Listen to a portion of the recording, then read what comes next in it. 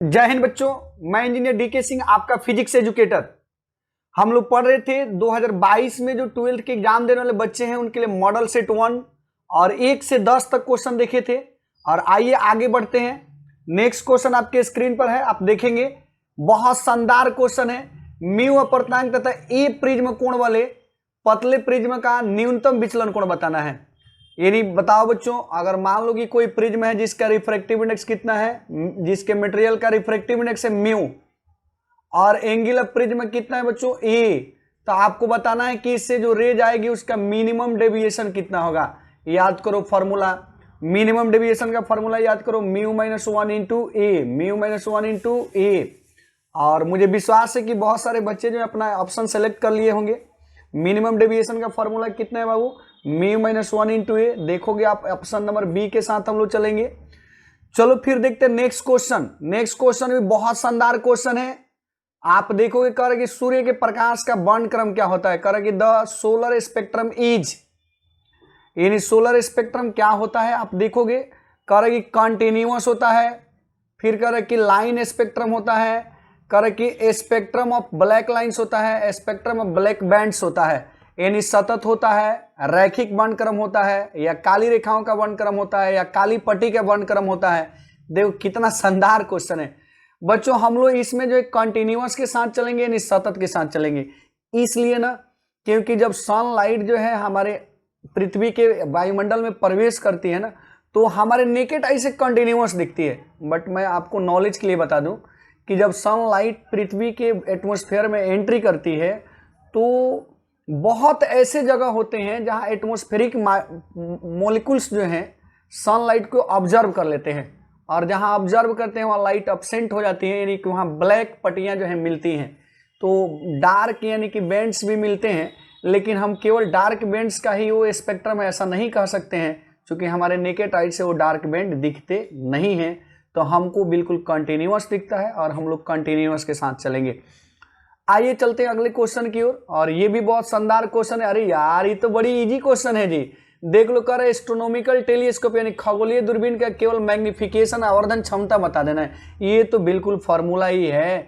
बताओगे, बताओ कितना खूबसूरत क्वेश्चन है। बिल्कुल मैग्निफिकेशन ऑफ एस्ट्रोनॉमिकल टेलीस्कोप कितना होता है, -FO/FE होता है, -FO/FE। और मुझे विश्वास है कि आपको अपना आंसर मिल गया होगा। और हम सभी किसके साथ हैं, ए के साथ है। किसके साथ, ए के साथ। चलिए फिर नेक्स्ट क्वेश्चन की ओर चलते हैं। कारण निम्नलिखित में से किसका अपर्तनांक सबसे अधिक है। वाह, ये तो जीके जीएस का क्वेश्चन हो गया है। कह रहे कि निम्नलिखित में से, देखो ना इसमें दिया है ग्लास दिया है यानी कांच दिया है, वाटर यानी पानी दिया है, लोहा दिया है और डायमंड दिया है। किसका रिफ्रैक्टिव इंडेक्स सबसे अधिक है बताओ। कितना इजी क्वेश्चन है यार, कितना खूबसूरत क्वेश्चन है।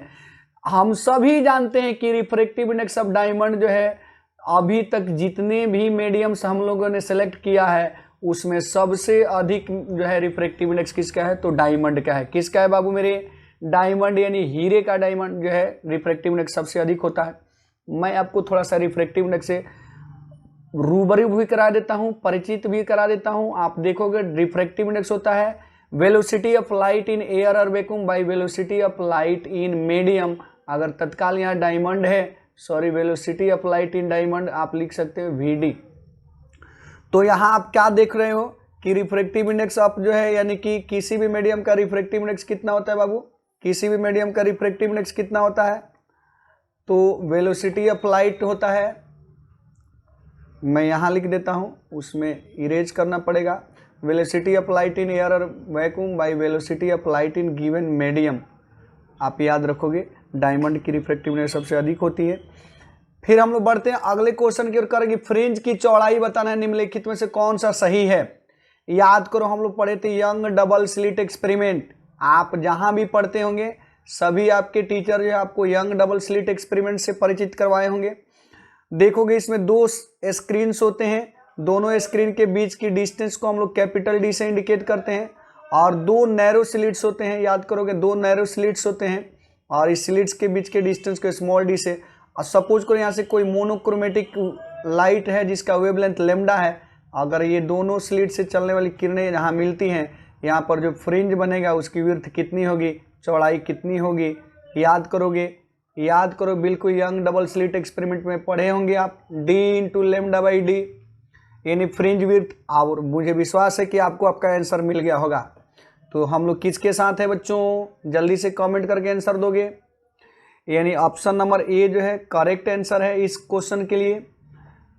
आप देखो कितना शानदार क्वेश्चन है, कितना इजी क्वेश्चन है कि लाइट ईयर क्या है, प्रकाश वर्ष क्या है। मैं आपके सामने एक और क्वेश्चन रखूंगा कि आप कमेंट करके जल्दी से बताओगे कि प्रकाश वर्ष मात्रक किसका है, यानी लाइट ईयर में किसको मापा जाता है। और ये जान लो 1 लाइट ईयर यानी एक प्रकाश वर्ष मीन्स होता है एक वर्ष में प्रकाश जितनी दूरी तय करती है उसको हम लोग प्रकाश वर्ष कहते हैं। यानी आपको पता है कि एयर में या फ्री स्पेस में वेलोसिटी ऑफ लाइट जो होती है c, और 1 ईयर यानी एक वर्ष में प्रकाश जो जितनी दूरी तय करे तो c का वैल्यू होता है 3 × 10⁸ मीटर पर सेकेंड। और 1 ईयर को आप सेकेंड में कन्वर्ट करोगे तो देखो 365 दिन होता है एक वर्ष में, एक दिन में 24 घंटे होते हैं, और 24 घंटे को अगर मिनट में बदलोगे तो 60 मिनट होगा, और 60 मिनट को जब सेकंड में बदलोगे तो 60 से मल्टीप्लाई करोगे फिर से। और जब इन पूरी क्वांटिटी को सॉल्व करोगे ना बाबू मेरे, तो ये आएगा 9.46 × 10⁻15 मीटर। या इसी को तुम अगर किलोमीटर में कन्वर्ट करोगे तो 9.46 × 10⁻12 किलोमीटर। और मुझे विश्वास है कि आपको आपका आंसर दिख गया होगा। आप जल्दी से कमेंट करके आंसर दोगे कि कितने बच्चे सही बना लिए थे, कितने बच्चे सही बना लिए थे। चलो फिर आगे बढ़ते हैं। देखो कितना बेहतरीन क्वेश्चन, बिल्कुल फार्मूला टू फार्मूला क्वेश्चन। कर कि निम्नलिखित में से कौन लेंस मेकर सूत्र है, यानी लेंस मेकर सूत्र केवल आपको बताना है, लेंस मेकर सूत्र आपको यानी लेंस मेकर फार्मूला आपको बताना है, केवल लेंस मेकर फार्मूला बताओ। बिल्कुल फार्मूला टू फार्मूला क्वेश्चन है। मान लो हमारे पास एक लेंस है जिसके फर्स्ट सरफेस की रेडियस को हम लोग R1 मान लेते हैं, सेकेंड सरफेस के रेडियस को R2 मान लेते हैं, इसके मटेरियल के रिफ्रैक्टिव इंडेक्स को μ2 मान लेते हैं, और सराउंडिंग के रिफ्रैक्टिव इंडेक्स को μ1 मान लेते हैं। तो याद करो lens maker formula 1/f = μ2/μ1 -1 into कितना बच्चों 1/R1 - 1/R2। बताओ मेरे लाल ललियों कितने लोगों का आंसर सही आया था। बिल्कुल ये फार्मूला टू फार्मूला क्वेश्चन है, देख लो कितना सुटेबल क्वेश्चन है और कितना मजेदार भी। चलो तो फिर हम लोग बढ़ते हैं अगले क्वेश्चन की ओर। कर कि निम्नलिखित में से पानी का अपर्तांक बताना है, रिफ्रैक्टिव इंडेक्स ऑफ वाटर बताना है। बताओगे अभी हम लोग पढ़ते थे रिफ्रैक्टिव इंडेक्स ऑफ डायमंड, यहाँ रिफ्रैक्टिव इंडेक्स ऑफ वाटर अब तुमको बताना है। तो देखो रिफ्रैक्टिव इंडेक्स ऑफ वाटर हो जाएगा velocity of light in air और vacuum by velocity of light in water. Comment करके बताओगे कितने बच्चों को जो velocity of light in water पता है। यस और नो में केवल बताना है अगर पता है तो। चलो मैं लिख भी देता हूँ। लाइट की हवा या निर्वात में वेलोसिटी होती है 3 × 10⁸ मीटर पर सेकेंड, और वाटर में इसकी वैल्यू होती है 2.25 × 10⁸ मीटर पर सेकेंड। देखो ये मीटर पर सेकेंड से मीटर पर सेकेंड कट जाएगा, 10⁸ से 10⁸ कट जाएगा। अगर जब इस पॉइंट को तुम हटाओगे तो यहाँ ऊपर 100 रख सकते हो, यानी कुल मिला के हो जाएगा 300/225। जब इसको तुम सॉल्व करोगे तो 25 से ये कट जाएगा, 12/9 आएगा, या फिर तुम कटा दोगे 3 से तो ये 4/3 आएगा। और जब तुम डिवाइड करोगे तो ये कितना आएगा बाबू मेरे 1.33। और मुझे विश्वास है कि आपको ये आंसर मिल चुका होगा। रिफ्रैक्टिव इंडेक्स ऑफ वाटर कौन है बाबू मेरे, डी नंबर सही है आपके लिए। चलो फिर नेक्स्ट क्वेश्चन की ओर आगे बढ़ते हैं। कह रहा कि सामान्य आंख के लिए स्पष्ट दृष्टि की न्यूनतम दूरी, बोलो एकदम रटा रटाया हुआ क्वेश्चन है। कह रहा कि सामान्य आंख के लिए स्पष्ट दृष्टि की न्यूनतम दूरी, least distance of distinct vision बताओ।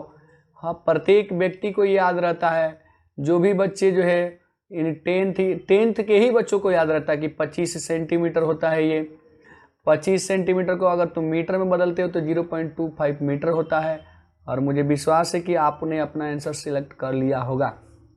है ना मजेदार क्वेश्चन। लगे रहो, जुड़े रहो 5 व्हील के साथ, देखो कितना शानदार प्रैक्टिस होता है तुम्हारा। कारण निम्नलिखित में से कौन कुशी का समीकरण है, बताओगे कुशी का समीकरण। कुशी का समीकरण बताओ। रिफ्रैक्टिव इंडेक्स जो होता है, मैं आपको बता दूं कुशी के समीकरण के लिए ए प्लस होता है आपका बी बाई लेमडा का square plus C by lambda के पावर 4 ऐसो ऑन डॉट डॉट।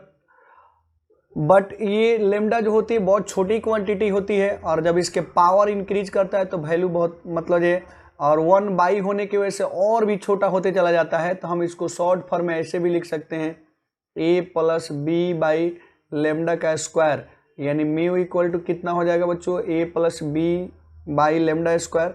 और मुझे विश्वास है कि आप अपना आंसर चुन लिए होंगे। तो जल्दी से कमेंट करके बताओगे कौन ऑप्शन सही है। सही आंसर जल्दी से कमेंट करके, बहुत सारे बच्चों का बहुत करेक्ट ऑप्शन आ रहा है, यानी ऑप्शन नंबर सी जो है बहुत करेक्ट ऑप्शन है इस क्वेश्चन के लिए। चलो तो थैंक्स फॉर वाचिंग, मिलते हैं फिर अगले वीडियो में। जय हिंद।